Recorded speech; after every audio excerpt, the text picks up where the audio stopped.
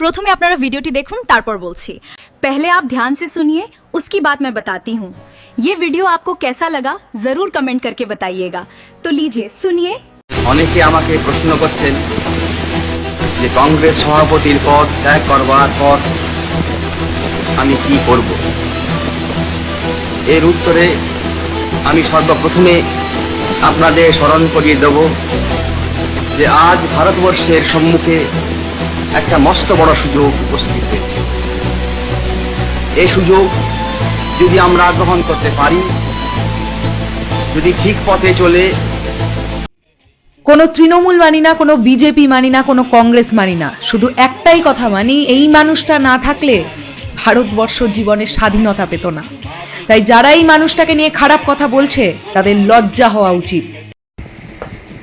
কি পরিবর্তন ভালো লাগছে তো? খুব ভালো লাগছে, খুব খুব সুখে আছে দেশবাসী। 3 মাসেই অশান্তির সাম্রাজ্য তৈরি হয়ে গেছে। এই পরিবর্তন আনতে চেয়েছিলেন, মুখোশের আড়ালে ভণ্ডামি, হিন্দু সনাতনীদের আবেগ নিয়ে ভণ্ডামি করছেন, মাথায় তিলক লাগিয়ে নিজেরা সনাতনী প্রমাণ করছেন, নেতাজিকে পায়ের নিচে রেখে বাঙালির আবেগকে নিয়ে খেলা করছেন।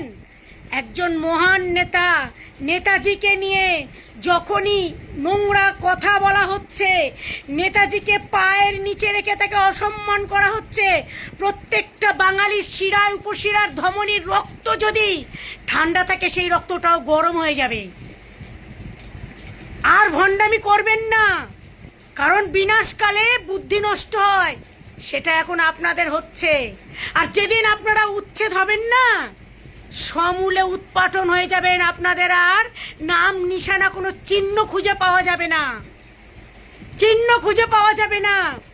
হ্যাঁ, একদিন আমিও বড় বড় চিৎকার করে বলেছিলাম, সনাতনীদের জন্য, কারণ আপনারা ভুল বুঝিয়েছিলেন মানুষকে, কিন্তু চোখ খুলে গেছে। আর নয়, আপনারা বলেন লুঙ্গি টুপি পরলেই জিহাদি হয়। লুঙ্গি টুপিরা শুধু জিহাদি না, জিহাদি আপনারা। লজ্জা করে না? লজ্জা করে না? এর নাম পরিবর্তন। হ্যাঁ, কতগুলো মেয়ে ধর্ষণ হলো, কোথায় নারীর সুরক্ষা? কোথায় মা বোনেদের আপনারা সুরক্ষা দিচ্ছেন? কোথায় মূর্খগুলোকে নিয়ে সব সিংহাসনে বসিয়ে রেখেছেন? মূর্খ দিয়ে দেশ চলে? হ্যাঁ, মূর্খরা দেশ চালাচ্ছে, মূর্খ দিয়ে মহারাজ হয়ে যাচ্ছে। আর নেতাজির মতো একজন মহান ব্যক্তিত্ব, নেতাজি হলো এই বাঙালির হিরো। যতদিন পৃথিবীতে 15ই আগস্ট আসবে, ততদিন নেতাজি আমাদের অস্তিত্বে মিশে থাকবে। নেতাজি আমাদের হিরো ছিলেন, হিরো আছেন, আর হিরো থাকবেন।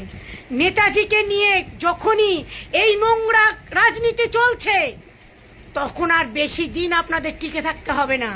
খুব শিগগিরই আপনাদের পতন হবে, অধঃপতন। আর সেটা দেখার জন্যই আরো কিছুদিন অপেক্ষার আশায় আছি, আরো কিছুদিন অপেক্ষায়, কারণ আপনাদের পতন দেখতে চাই। অনেক অনেক ত্যাগ স্বীকার করেছিলাম। শুধু শুধু আপনারা সনাতনীদের আবেগ নিয়ে ভণ্ডামি করছেন।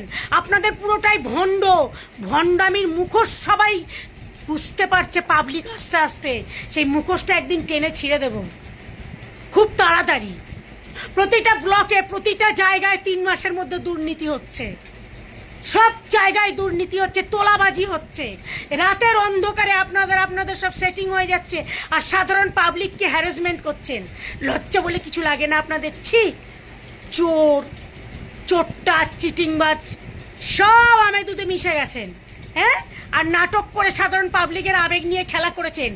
রাজনীতি তো ভালোই জানেন, কিন্তু এরকম করে কখনো পাবলিককে বোকা বানানো যাবে না। পাবলিক এত বোকা নয়, সবার চোখ খুলে গেছে, সবাই বুঝতে শিখেছে, দেখতেও পাচ্ছে। তাই আপনাদের পতনের জন্য তৈরি থাকুন, খুব তাড়াতাড়ি পতনের জন্য তৈরি থাকুন। हम दुनिया के सबसे बड़े लोकतंत्र में हैं और यहाँ कौन बेईमान है, कौन ईमानदार है, ये भाजपा डिसाइड करती है। The time has come to awaken and understand. If not for yourself, at least wake up for the sake of the country. अभी बात आई समझ में?